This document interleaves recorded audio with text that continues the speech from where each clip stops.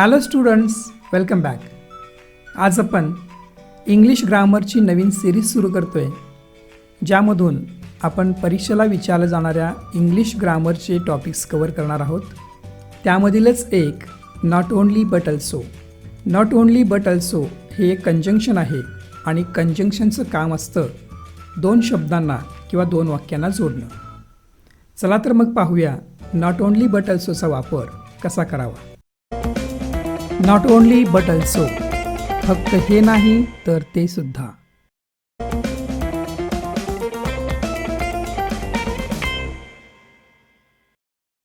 पहिले एक्झाम्पल आहे I like cakes, I like chocolates. ज्यावेळी आपल्याला नॉट ओन्ली बट अल्सोचा वापर करायचा असतो त्यावेळी अशा प्रकारच्या वाक्यांमध्ये काही भाग समान असतो तर काही भाग वेगवेगळा असतो. तर या वाक्यामध्ये आय लाईक केक्स आणि आय लाईक चॉकलेट्स यामध्ये आय लाईक हा समान भाग आहे आणि केक्स आणि चॉकलेट्स हे दोन वेगवेगळे भाग आहेत. म्हणजे या वाक्यामध्ये दोन वेगवेगळे नाउन्स आहेत किंवा या वाक्यात ते ऑब्जेक्ट म्हणून काम करतात. चला तर पाहूया हे वाक्य नॉट ओन्ली बट अल्सोनं कसं तयार करता येईल. पहिलं काम करायचं आहे की दोन्ही वाक्यातील समान भाग शोधायचा आहे. आपल्याला समान भाग सापडलेला आहे आय लाईक, आय लाईक. दुसऱ्या वाक्यातून तो काढून टाकायचा आहे.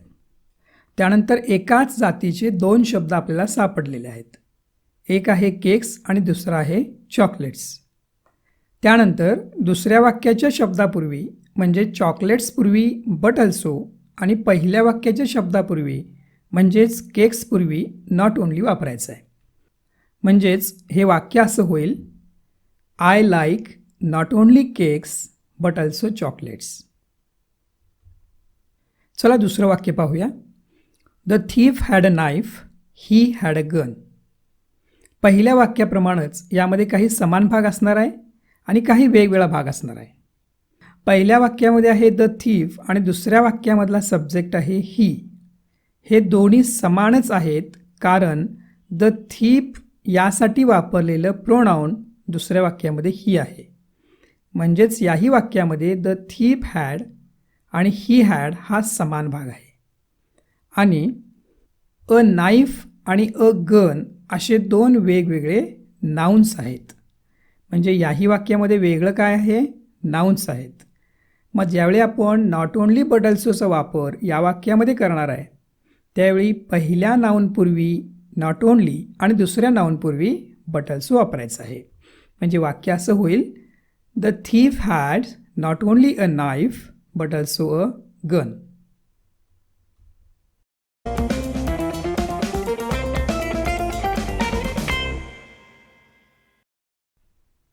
तिसरं उदाहरण आहे he was rich and powerful.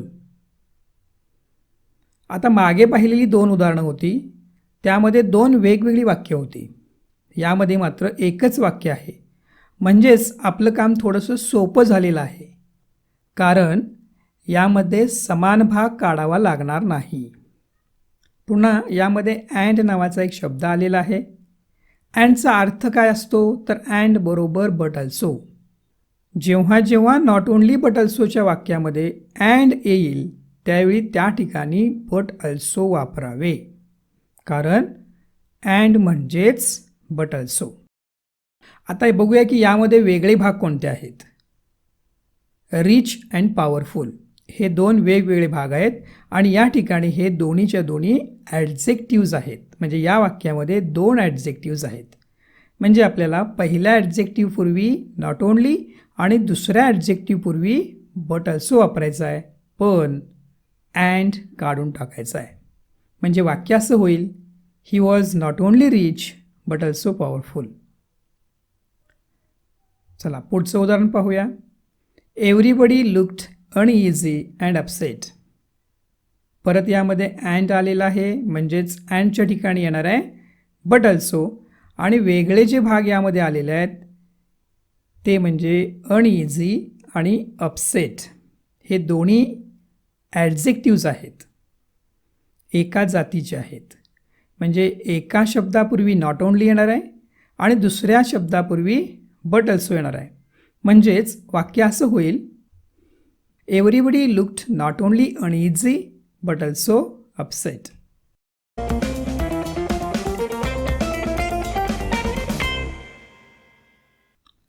चला पुढच्या उदाहरणाकडे. He cleaned the area hurriedly and carelessly. या वाक्यामध्ये अँड आहे. याचा अर्थ या वाक्यामध्ये समान भाग काढावा लागणार नाही, कारण हे एकच वाक्य आहे. यामध्ये फक्त आपल्याला पाहायचं आहे की एकाच जातीचे दोन वेगवेगळे शब्द कोणते आहेत. तर एक आहे त्यातला हरीडली आणि दुसरा आहे केअरलेसली.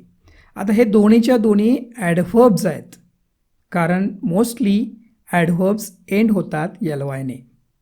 म्हणजे आपल्या दोन शब्द सापडले, हरीडली आणि केअरलेसली. म्हणजे ज्यावेळी हे वाक्य आपण नॉट ओनली बट ऑल्सोमध्ये रूपांतरित करणार आहे, त्यावेळी हरीडलीच्या पूर्वी नॉट ओनली आणि केअरलेसलीच्या पूर्वी बट ऑल्सो वापरावं लागणार आहे. पण तत्पूर्वी लक्षात घ्या, आपल्याला अँड काढून टाकायचं आहे. चला तर हे वाक्य कसं होईल पाहूया. He cleaned the area not only hurriedly but also carelessly. 6वं उदाहरण आहे.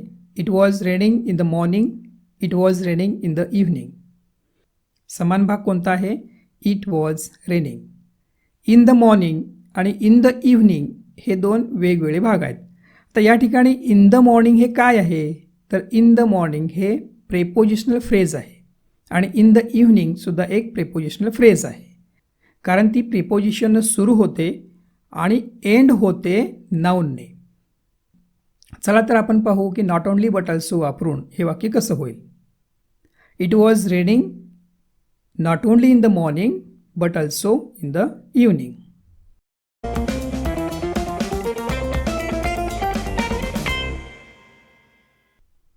त्यानंतरचं वाक्य आहे. He speaks English, he writes English. समान भाग आहे ही आणि इंग्लिश, आणि जो एका जातीचे दोन शब्द आहेत ते आहे पहिला स्पीक्स आणि दुसरा आहे राईट्स. आता या ठिकाणी हे दोन शब्द व्हर्ब्स आहेत, क्रियापद आहेत. आता पहिल्या क्रियापदापूर्वी आपल्याला वापरायचं आहे नॉट ओनली आणि दुसऱ्या क्रियापदापूर्वी वापरायचं आहे बट ऑल्सो. पण दुसऱ्या वाक्यामधला समान भाग काढून टाकायचं. आपण मागे जसं पाहिलं, आपण मागे ते पाहिलेलं आहे. म्हणजे या उदाहरणाचं उत्तर असं होईल. He not only speaks but also writes English. आता इंग्लिश हा शब्द पहिल्या वाक्यामधला काढलेला आहे आणि दुसऱ्या वाक्यामधला आहे तसा ठेवलेला आहे. याचं कारण असं आहे, कारण इंग्लिश हा या ठिकाणी ऑब्जेक्ट म्हणून काम करतो आणि ऑब्जेक्ट हा नेहमी वाक्याच्या शेवटी असतो किंवा व्हर्बच्या नंतर असतो. चला पुढचं उदाहरण पाहू. She writes the poems, she sings the poems. यामध्ये वेगवेगळे भाग आहेत, राईट्स आणि सिंग्स हे दोन वेगवेगळे व्हर्ब्स आहेत. म्हणजेच आपल्याला राईट्स पूर्वी वापरायचं आहे नॉट ओनली आणि सिंग्स पूर्वी वापरायचं आहे बट ऑल्सो. म्हणजे हे उदाहरण असं होईल. She not only writes but also sings the poems. The poems शेवटी आलं कारण ते ऑब्जेक्ट आहे.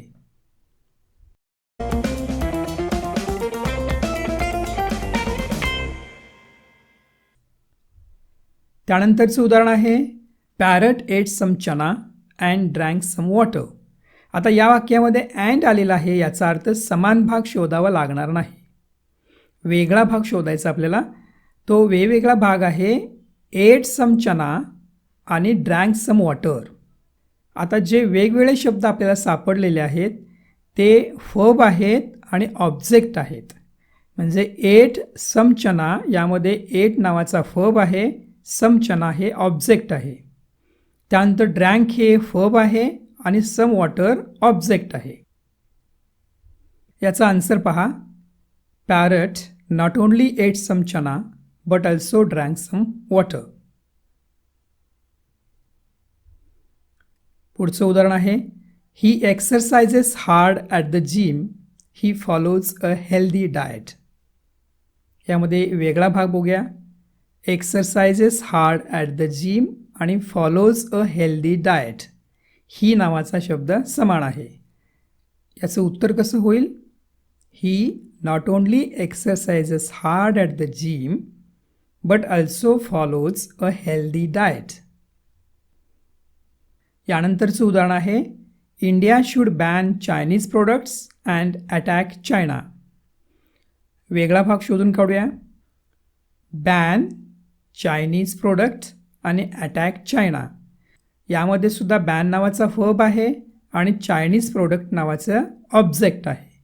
आणि दुसऱ्या वाक्यामध्ये अटॅक नावाचा वर्ब आहे आणि चायना नावाचा ऑब्जेक्ट आहे. याचं उत्तर कसं येईल? India should not only ban Chinese products but also attack China.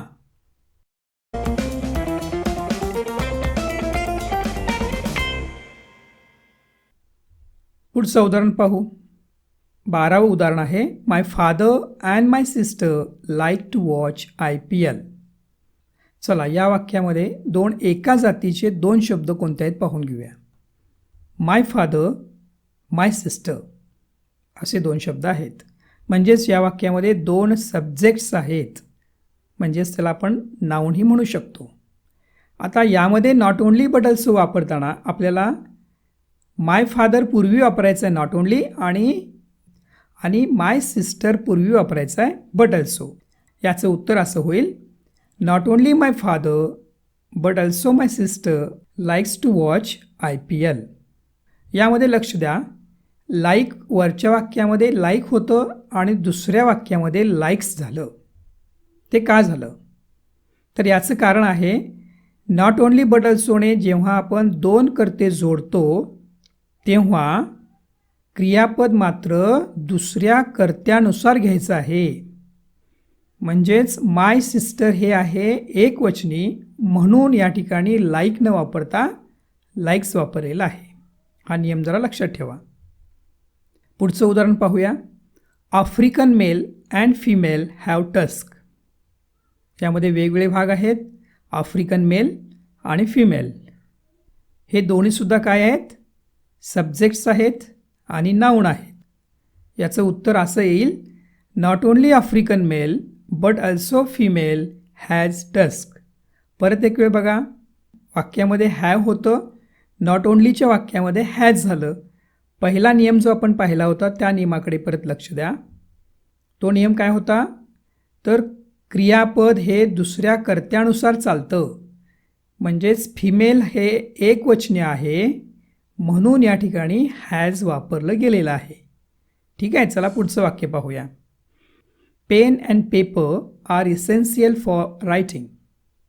यामध्ये वेगवेगळे भाग आहेत. पेन अँड पेपर हे दोन्हीसुद्धा सब्जेक्ट आहेत किंवा आपण त्याला म्हणूया नाऊन आहेत. Not only pen but also paper is essential for writing. परत एक वेळ लक्ष द्या, पहिल्या वाक्यामध्ये आर होतं कारण पेन आणि पेपर हे दोन कर्ते होते म्हणून तिथं आर आलेला आहे. पण नॉट ओनलीच्या वाक्यामध्ये बट ऑल्सो नंतर येणारा कर्ता त्यानुसार क्रियापद चालतं. म्हणून पेपर हे सिंग्युलर आहे म्हणून आपल्याला इज वापरावं लागणार आहे.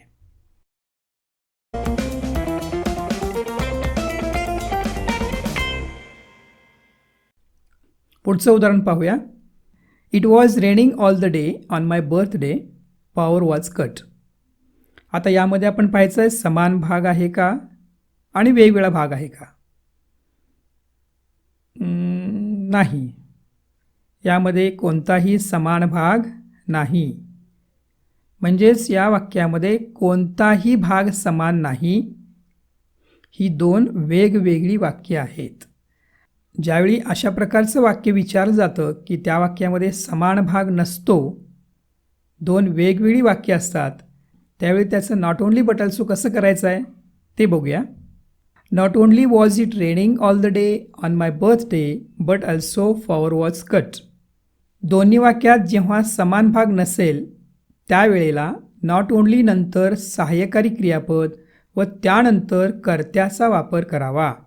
म्हणून तुम्हाला नॉट ओनली नंतर वॉज दिसतं आणि त्यानंतर दिसतं इट. दोन्ही वाक्यांमध्ये जेव्हा समान भाग नसतो तेव्हा आपल्याला सब्जेक्ट आणि वर्ब एक्सचेंज करावं लागतं, इन्व्हर्जन करावं लागतं. हा नियम लक्षात ठेवा. मित्रांनो, आत्तापर्यंत आपण काही उदाहरणं पाहिली ज्यामध्ये नॉट ओन्ली बट ऑल्सोचा वापर केलेला आहे. काही वाक्यांमध्ये 2 सब्जेक्ट होते, काही वाक्यांमध्ये 2 ऑब्जेक्ट होते, काही वाक्यांमध्ये 2 वर्ब होते आणि काही वाक्यांमध्ये वर्ब आणि ऑब्जेक्ट 2 वेगवेगळे होते.